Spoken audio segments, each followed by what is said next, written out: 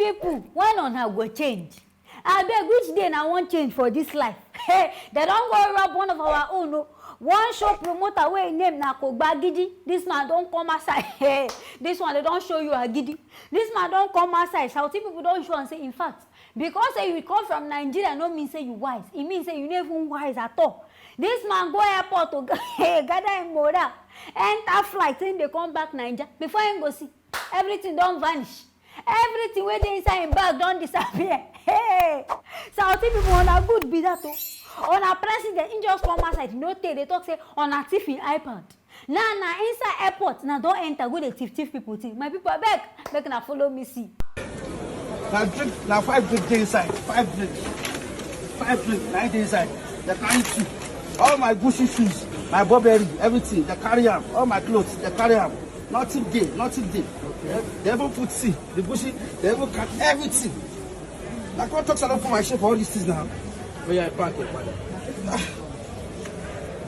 Brother, money edit.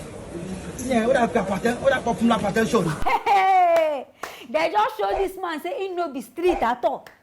Car show, he don't disappear. Footwear, he don't cloth, everything don't go. They can't even leave the package like then the nylon of them.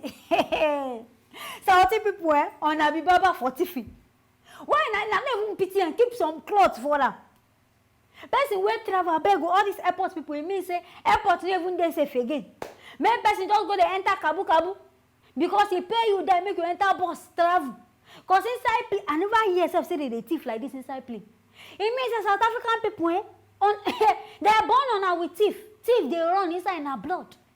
And this one now even for British Airways, this kind big flight company. Now this kind things can they happen for.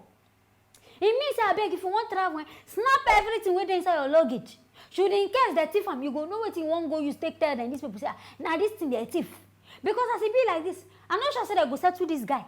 Because no insurance go fit cover this man and say, this things where you thief for as you talk say these things they are very expensive. At least they even try. The drink where you buy, they keep 2 for you. They manage keep and say, by the time where you go receive your market, where you go see say they don't, you go use and step down. Cool down your temper from this because I know say this thing they pay you. See as this man they even para. Person go board flight to enter flight now don't turn to wahala. Maybe people could they stay their house. Because this kind whole thieving thing where they say South Africa, I no can understand. What the president they do about them? In fact, for people to even get moral, thief president.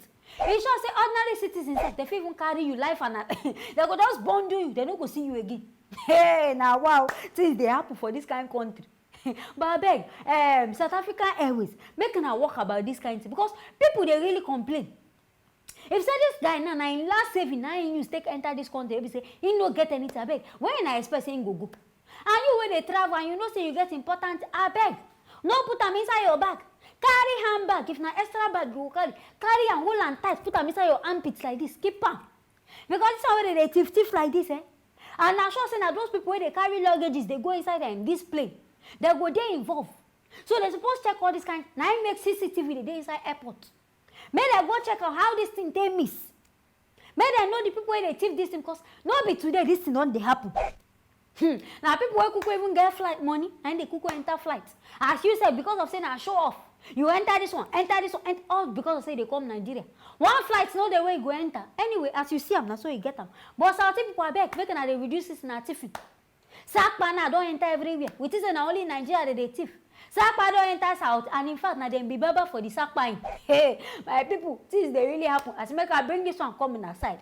Anything when I write, and I won't like I be right about this whole matter. Make and don't forget to write down inside the comment section. Make and don't forget to like and also share this video. I go see you now for our next video.